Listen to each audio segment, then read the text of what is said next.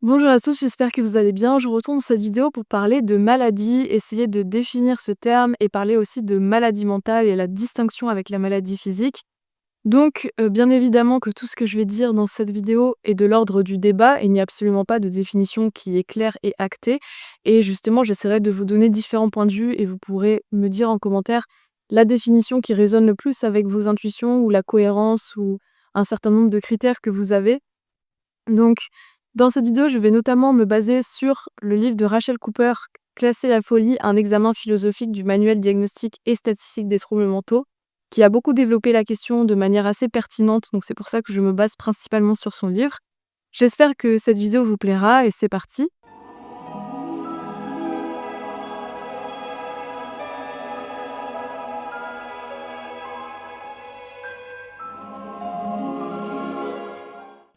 Hello, Tommy. How are you? How are you?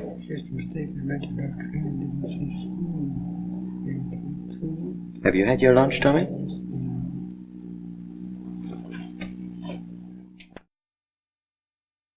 Je vais commencer par des définitions plus biologiques du trouble, voire évolutionnaires, qui seraient de considérer la maladie comme une condition statistiquement rare, mais également qui diminuerait la fertilité ou l'espérance de vie de l'individu. Et il y avait notamment Robert Kendall qui, en 1975, soutenait que cette définition pouvait être valable à la fois pour les troubles physiques et les troubles mentaux, puisqu'il disait que même pour les troubles mentaux, par exemple dans la schizophrénie ou les troubles maniaco-dépressifs, même si ce terme n'est plus vraiment utilisé de nos jours, il y avait une diminution de la fertilité et de l'espérance de vie. Donc pour lui, il s'agissait d'un critère qui pouvait s'appliquer dans tous les cas. Le problème de cette définition basée notamment sur la fertilité et l'espérance de vie est qu'il y a un grand nombre de contre-exemples qui ne semblent pas rentrer dans cette définition, notamment un certain nombre de problèmes de peau comme l'eczéma, comme le fait d'avoir des verrues, qui seraient considérés comme des maladies, mais qui n'affectent pas forcément l'espérance de vie ou la reproduction, même si, bon, tout dépend du stade. Si vous êtes recouvert de verrues, peut-être que plus personne va vouloir se reproduire avec vous, donc tout dépend. Mais de manière générale, il y a un certain nombre de contre-exemples et c'est un peu la difficulté dans la définition de la maladie, c'est qu'on a un certain nombre de conditions qui nous semblent intuitivement correspondre à ce que l'on souhaite appeler maladie. Et donc, est-ce que l'on se trompe dans cette attribution ou est-ce qu'à l'inverse, il faut modifier notre définition de maladie pour pouvoir englober ces exemples? Et nous verrons aussi par la suite qu'un certain nombre de pathologies qui peuvent être désavantageuses pour le sujet à un moment donné peuvent ne pas l'être pour ses descendants et peuvent avoir un intérêt dans la transmission intergénérationnelle. Donc que cette définition évolutionnaire peut causer certains problèmes sur lesquels nous reviendrons par la suite. Il y a ensuite la définition de Christopher Borst qui va découper le corps humain en plein de systèmes et de sous-systèmes. Par exemple, vous avez le système cardiaque qui va pomper du sang. Vous avez le système nerveux qui va avoir un certain nombre de fonctions. Chaque système peut avoir une ou plusieurs fonctions et est orienté vers ses buts, vers ses fonctions. Et si ce système faillit à remplir sa fonction, alors il y a une maladie. Donc il prend même l'humain en son entièreté comme un système orienté vers un but, le but reproductif et de survie. Donc là encore, il y a une vision assez évolutionnaire. Et pour lui, il y a maladie quand ces systèmes ils sont orientés vers leur but, n'arrivent pas à atteindre ces buts. Il y a différentes critiques qui peuvent être adressées à la définition de Borst. Déjà, le fait qu'il se base sur des classes de référence pour pouvoir comparer les fonctions entre elles. Donc les classes de référence, ce sont des classes dans lesquelles nous pouvons comparer les individus entre eux. Par exemple, si je souhaite comparer ma fonction cardiaque à d'autres fonctions cardiaques, il faut que je prenne des personnes de la même espèce, du même âge et du même sexe. Ce sont les 3 critères qu'il propose. Or, il y a un certain nombre d'auteurs qui disent que ces classes de référence sont trop larges, parce qu'il y a un certain nombre de sous-classes de référence qui pourraient être pertinentes. Par exemple, dans le cas de la fonction cardiaque, nous pourrions identifier la sous-classe des athlètes, puisqu'ils ont un rythme cardiaque au repos qui est potentiellement inférieur au rythme cardiaque au repos de la population générale. Par exemple, certains athlètes de haut niveau peuvent avoir 40 battements par minute au repos, ce qui serait anormal pour quelqu'un qui ne serait pas athlète de haut niveau. Donc il y a un certain nombre de sous-classes de référence qui peuvent être identifiées et qui seraient pertinents pour des fonctions données, mais si l'on souhaite tous les identifier, cela serait un travail infini et on ne sait pas à quel point il faut affiner ces sous-classes de référence. Une autre difficulté dans la proposition de Borst, c'est d'arriver à identifier une fonction véritable d'un bénéfice accidentel. Puisque les fonctions ont été sélectionnées pour atteindre des buts, et selon Borst, il ancre cette définition dans un point de vue très évolutionnaire en disant que ces fonctions vont maximiser la survie et la reproduction des individus. Or, il y a un certain nombre de caractéristiques qui peuvent nous aider actuellement à survivre ou à nous reproduire, mais qui n'ont pas été sélectionnées dans ce but. Donc il s'agit de bénéfices accidentels. Par exemple, le bruit du rythme cardiaque. On peut supputer que ce bruit n'a pas été sélectionné dans le but de maximiser notre survie, qu'il s'agit juste d'une caractéristique accidentelle du battement de notre cœur. Or, actuellement, grâce à des stéthoscopes, les médecins peuvent identifier une certaine maladie cardiaque en m'auscultant, et donc ça peut avoir des bénéfices pour ma survie actuellement, alors que cette caractéristique n'a pas été sélectionnée à l'origine pour ma survie. Donc ça pose un certain nombre de questions. Comment identifier le but d'un système ou d'un sous-système? Est-ce qu'il faut se baser sur ce pourquoi il a été sélectionné?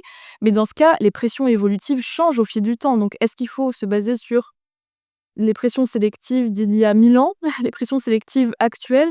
Comment identifier quel est le but d'une fonction? L'autrice prend l'exemple des mouches, puisque les mouches ont des ailes et nous imaginons qu'actuellement leurs ailes leur permettent principalement de voler.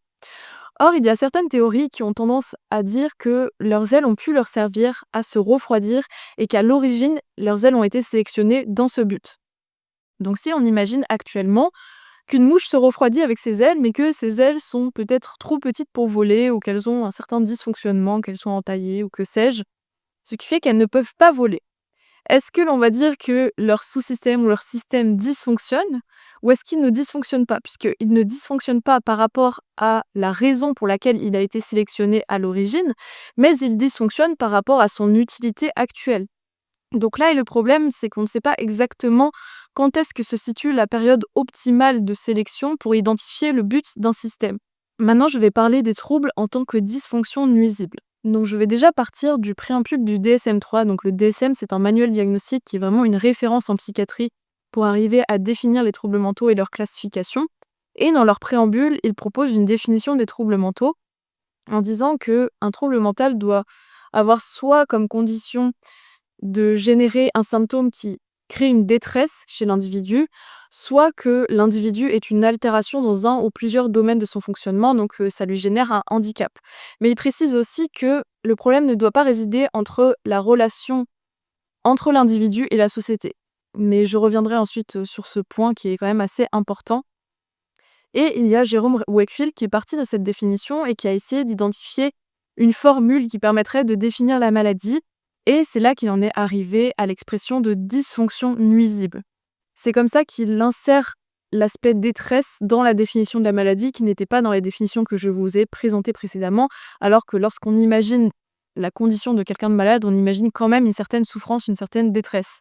Toutefois, ce qui semble un peu étonnant, c'est que dans tous les cas que j'ai donnés jusqu'à maintenant, il peut y avoir une dysfonction, il peut y avoir une détresse, et que pourtant le taux de prévalence de ces maladies, notamment dans le cas des maladies mentales, soit quand même très élevé.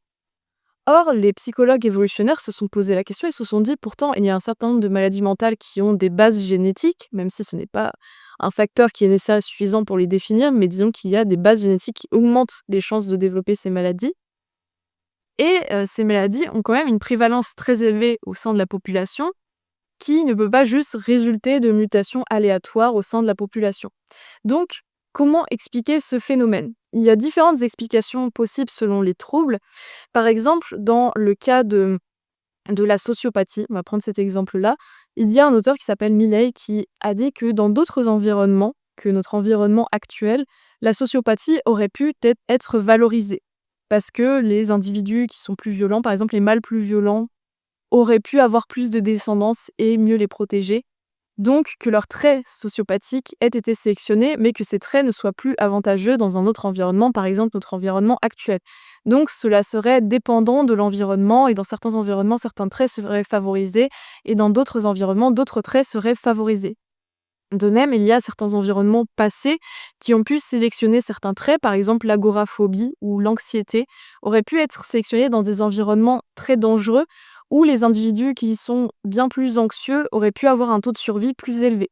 Donc il y a comme ça des pressions sélectives qui ne sont plus en vigueur actuellement, mais qui ont pu être en vigueur par le passé ou dans d'autres environnements. Donc comme dans beaucoup de cas en psychologie évolutionnaire, il s'agit de théories plausibles, mais on ne sait pas s'il s'agit véritablement de l'explication, juste il s'agit d'une théorie qui peut expliquer le taux de prévalence élevé. Et il y a aussi une autre théorie qui a été proposée par Baron Cohen concernant l'autisme, qui serait une autre possibilité expliquant la haute prévalence de l'autisme au sein de la population, qui serait que parfois certains traits peuvent désavantager l'individu en lui-même, mais que cela ne désavantage pas sa descendance. Par exemple, concernant les gènes qui permettent d'augmenter les chances d'avoir des traits autistiques, peut-être que ces gènes, lorsqu'ils sont partagés et qui ne dépassent pas un certain seuil, peuvent avantager la descendance de l'individu autiste. Puisque Baron Cohen soutient que lorsque l'on a ces gènes mais qui ne dépassent pas un certain seuil, nous pouvons être avantagés au sein de la société, par exemple avoir plus de chances d'être ingénieur ou d'avoir des bons résultats dans tel ou tel domaine. Mais lorsque l'on dépasse un certain seuil, ces traits deviennent négatifs pour l'individu, par exemple une certaine obsession en termes de comportement, être obsédé par certains sujets. Si vous n'avez pas ces traits d'un point de vue extrême, ça peut vous avantager au sein de la société, mais si ça devient extrême et que vous n'arrivez plus à faire autre chose, que vous n'arrivez plus à manger, dormir parce que vous êtes obsédé par un sujet, ça peut devenir désavantageux pour vous. Donc c'est un peu dans cette logique-là. Lorsqu'on a certains traits, ils peuvent être avantageux jusqu'à un certain stade et à partir de certaines limites, ça devient pathologique. Donc ces différents exemples montrent que si l'on adopte une conception évolutionnaire de la maladie, il y a un certain nombre d'états considérés comme pathologiques qui remplissent leur fonction évolutive, mais qui désavantagent quand même l'individu en lui-même, potentiellement sur le moment, comme dans le cas de l'autisme, ou alors qui n'avantage que dans certains environnements et l'individu n'est plus dans cet environnement donné, mais peut-être que cet environnement va revenir, par exemple dans le cadre d'une guerre, ça va valoriser d'autres types de personnalités, d'autres types de physique que dans un état de paix. Donc, il y a un certain nombre de facteurs plus environnementaux à prendre en compte et l'environnement change constamment. Donc, différents types de personnes vont être valorisés selon le type d'environnement. Maintenant, je vais proposer la définition qui a été formulée par Rachel Cooper. Donc, elle propose qu'une maladie, c'est une condition, premièrement, qu'il est mauvais d'avoir, deuxièmement, que nous sommes malchanceux de vivre, et troisièmement, qui est potentiellement traitable médicalement. Donc, la première condition, le fait qu'il s'agisse d'une situation qu'il est mauvais d'avoir, c'est lié au fait que déjà l'individu doit être hors norme, en dehors de la norme, mais ça ne suffit pas, il faut aussi que sa situation ne lui soit pas favorable. C'est juste l'individu est roux, il est hors norme, mais sa situation ne lui est pas défavorable, à part s'il a de la discrimination sociale, mais disons que c'est une situation un peu particulière. Il ne faudrait pas que ce soit juste lié à la discrimination sociale. De même, si l'individu est beaucoup plus intelligent que la moyenne, il est hors norme, mais ce n'est pas défavorable pour lui. Donc, comment définir ce qui est favorable ou défavorable? C'est assez complexe. Soit on part sur des définitions subjectives, on demande aux individus ce qu'ils souhaiteraient, soit on part sur des définitions plus générales d'un idéal d'épanouissement humain, ou alors il y a d'autres solutions d'essayer d'imaginer un individu mis dans des conditions idéales avec toutes les informations possibles, dans quelle situation il souhaiterait être, quelle situation serait la plus favorable pour lui. Deuxième critère important pour définir la maladie, la personne atteinte est malchanceuse. Elle aurait pu facilement être dans une autre situation de manière contrefactuelle. Si elle imagine un monde possible légèrement différent, elle a de grandes chances que dans ce monde, sa situation soit différente. Mais ça permet d'exclure justement les cas de personnes qui, dans tous les mondes possibles assez proches, ne pouvaient pas être dans une autre situation.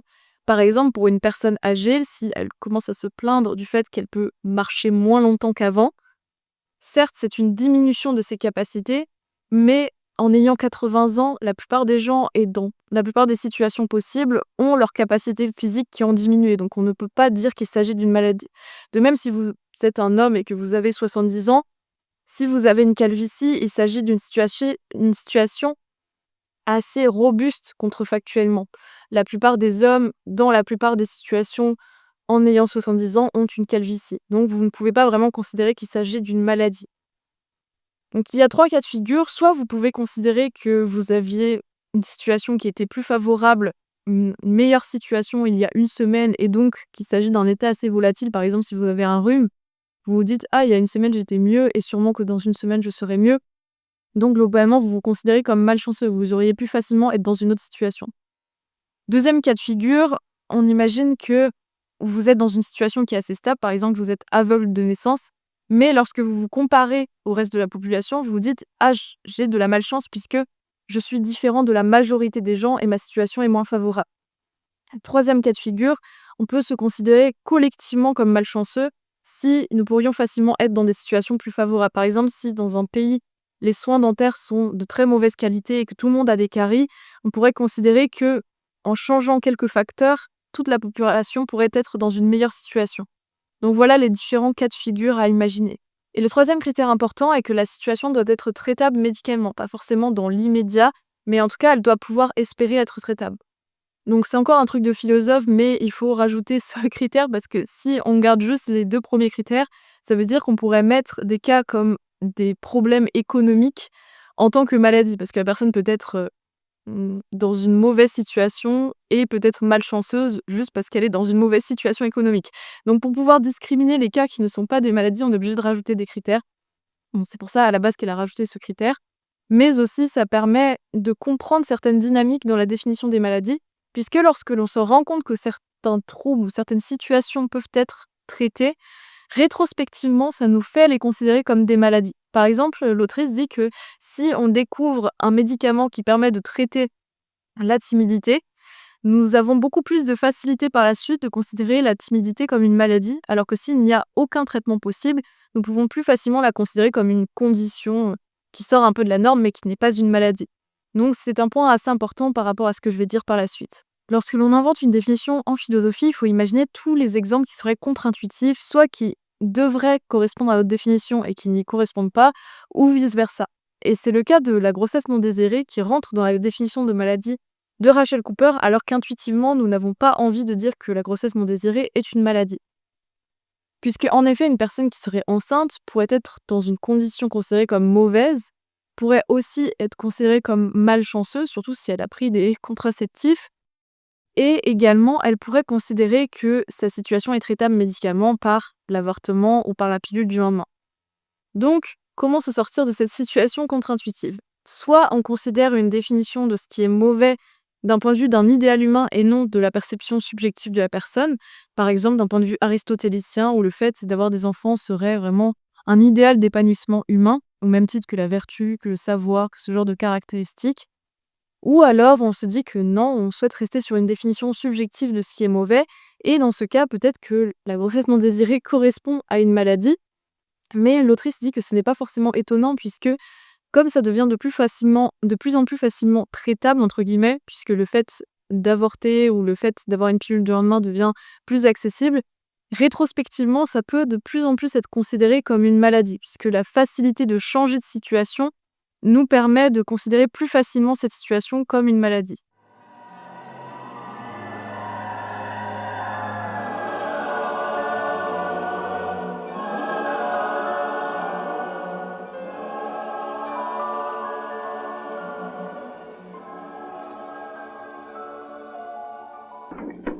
Good day, Nathan. How are you? How are you? Will you shake hands with me? No, come on, shake hands. Real handshake. Shake hands with me. Maintenant, je vais parler de la distinction entre les troubles mentaux et les troubles physiques et est-ce qu'il y a une spécificité des troubles mentaux. Bon, sachant que bien évidemment, la frontière est assez floue, il n'y a pas de distinction nette entre les deux et nous pouvons notamment l'observer avec la grande porosité entre les troubles mentaux et les troubles physiques. Par exemple, si vous avez un trouble anxieux, vous avez beaucoup plus de chances de développer des maladies cardiovasculaires et de même si vous avez des douleurs chroniques, cela augmente vos chances de développer des problèmes de santé mentale liés à votre souffrance. Il y a aussi certains auteurs qui soutiennent qu'il ne faut pas différencier les maladies mentales des maladies physiques, ne pas considérer que les maladies mentales sont spécifiques pour des raisons politiques et sociales.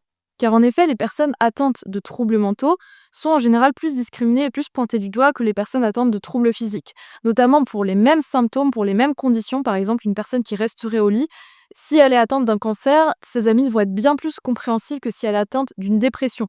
En général, s'il s'agit d'un trouble mental, la responsabilité de l'individu est considérée comme plus impliquée par ses pairs que s'il s'agit d'une maladie physique. Donc c'est pour cela que ces auteurs considèrent qu'il ne faut pas créer de distinction entre les deux pour que les personnes atteintes de maladies mentales soient mieux considérées au sein de la société. Donc comme je viens de le dire, il y a des raisons politiques et sociales qui peuvent amener des auteurs à considérer que les troubles mentaux et les troubles physiques ne doivent pas être distingués, mais il y a aussi des raisons politiques et sociales qui peuvent amener à les distinguer. Par exemple, dans les années 70 aux États-Unis, Dans le préambule du DSM-3, avant qu'il soit publié, il était indiqué que la psychiatrie était une branche de la médecine. Or, il y a certains psychologues qui ont envoyé des réclamations pour que l'on enlève cette partie du préambule parce qu'ils considéraient que si la psychiatrie était considérée comme une sous-branche de la médecine, alors le risque était que les assurances ne remboursent plus leurs prestations puisqu'ils n'ont pas de diplôme de médecine. Donc là encore, il s'agit de dimensions politiques et sociales qui peuvent influencer le fait de considérer la maladie mentale comme spécifique. Il y a aussi certains théoriciens qui ont défendu la spécificité des troubles mentaux, notamment les défenseurs de l'antipsychiatrie qui insistaient sur l'aspect social dans la définition des troubles mentaux, même s'il s'agit d'un courant qui est assez hétérogène, mais disons qu'il s'agit quand même d'un point principal dans leurs revendications. Il dénonçait aussi toute la dimension oppressive au sein des asiles vis-à-vis des personnes atteintes de troubles mentaux, les traitements très invasifs qui étaient proposés pour des résultats variables comme l'électroconvulsivothérapie, et critiquait aussi le manque de scientificité de la psychiatrie. L'une des critiques qu'il formulait contre la psychiatrie et leur manque de scientificité était liée à l'absence de biomarqueurs concernant les troubles mentaux, même si c'est le cas de certaines, mais c'est assez rare, certaines maladies mentales. De manière générale, elles n'ont pas de biomarqueurs. Donc un biomarqueur, c'est une caractéristique biologique qui est mesurable et qui nous permet d'identifier des processus normaux ou anormaux. Par exemple, vous allez mesurer l'augmentation de telle protéine dans le corps du patient et ainsi pouvoir aider le diagnostic d'un cancer en identifiant d'autres biomarqueurs en même temps. Donc, dans le cas des maladies mentales, il n'y a pas ces biomarqueurs. Vous ne pouvez pas faire des analyses biologiques pour vous permettre de conclure que la personne a telle ou telle maladie. Et même les catégories que nous avons, les maladies en tant que catégorie, ne sont pas forcément toujours pertinentes. Il y a des catégories qui ne sont pas valides, il y a beaucoup de comorbidités et on ne sait pas si ce chevauchement est vraiment lié à la nature des troubles ou si juste notre séparation catégorielle est incorrecte. De même, au sein d'une même catégorie, il y a des gens qui répondent mieux à certains médicaments, d'autres à d'autres, donc on ne sait pas si cette catégorie est pertinente ou s'il faut créer des sous-catégories. C'est un petit peu le bazar en termes de classification et c'est beaucoup moins clair que les classifications en médecine plus physique. Donc les cliniciens doivent principalement se baser sur les symptômes observables d'un point de vue comportemental et ils n'ont pas énormément d'informations au-delà de cela. Au milieu de tout ça, il y a Thomas Hatz, qui était une figure majeure de l'antipsychiatrie, qui avait un avis assez radical sur la question, puisqu'il considérait que les patients en psychiatrie n'avaient pas vraiment de maladie, mais qu'il s'agissait plutôt de marginaux, de simulateurs ou de personnes ayant des problèmes existentiels. Donc, les psychiatres n'étaient pas vraiment des médecins selon lui, mais plutôt au mieux des oreilles onéreuses, au pire des agents du contrôle social. Une difficulté, comme je l'avais abordé précédemment, liée aux troubles mentaux, c'est le fait d'arriver à dissocier la détresse causée chez l'individu à cause des normes sociales vis-à-vis de son comportement marginal, ou le fait que son comportement marginal ou ses pensées marginales soient directement la cause de sa détresse. Par exemple, l'homosexualité était encore considérée comme un trouble mental dans les années 70, et donc il y avait des débats autour de l'homosexualité, est-ce qu'il s'agit d'un trouble mental ou non, puisque certains soutenaient que les troubles mentaux étaient liés normalement à la détresse chez l'individu. Il fallait qu'il y ait une détresse pour que l'on puisse considérer que le sujet soit dans un cas de trouble mental. Or, il y a un certain nombre d'homosexuels qui ne souffrent pas de leur condition d'homosexuel et d'autres qui souffrent de leur condition. Donc finalement, il y a un auteur qui s'appelle Robert Spitzer qui a considéré que si l'homosexuel souffrait de sa situation, alors il s'agissait d'un trouble mental, mais que s'il ne souffrait pas de sa situation, alors il ne s'agissait pas d'un trouble mental. Donc en 1973, c'est la modification qu'ils ont apportée, tout en considérant qu'il pouvait s'agir d'un trouble mental dans le cas où l'individu souffrirait de sa situation. Or, même les individus qui souffrent du fait d'être homosexuels, on peut considérer que dans la majorité du temps, c'est lié à leur stigmatisation, donc qu'il ne s'agit pas vraiment d'une caractéristique liée directement à leur comportement ou leur pensée. Ce qui, finalement, a permis d'enlever l'homosexualité du DSM dans les années 80, mais il y est quand même resté assez longtemps parce qu'il est assez difficile de faire la distinction entre ce qui est considéré comme anormal d'un point de vue social, ce qui génère de la souffrance chez les individus, mais des individus qui, dans une société assez proche, qui n'auraient pas considéré leur situation comme anormale, n'auraient pas été dans un état de souffrance, ou des cas d'individus qui seraient en souffrance dans tous les cas, dans n'importe quelle société. Par exemple, des personnes qui sont en dépression profonde, même si on ne les discrimine pas, il y a des chances que leurs symptômes restent les mêmes.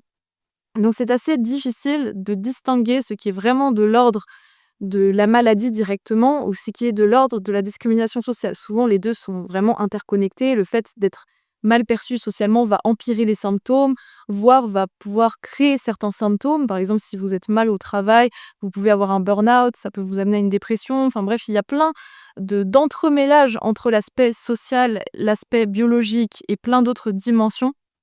Donc c'est pour ça que c'est assez complexe de caractériser les troubles mentaux parce que leurs déterminants sont vraiment multiples.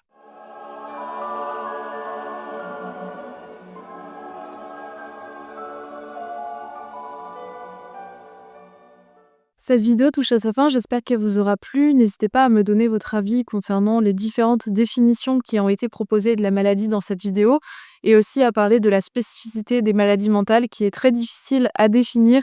Et comme elle est très difficile à définir, il est aussi difficile de créer des classifications de troubles mentaux et difficile de soigner les troubles mentaux, donc ça a quand même de grosses implications. J'espère que cette vidéo vous aura plu et à bientôt.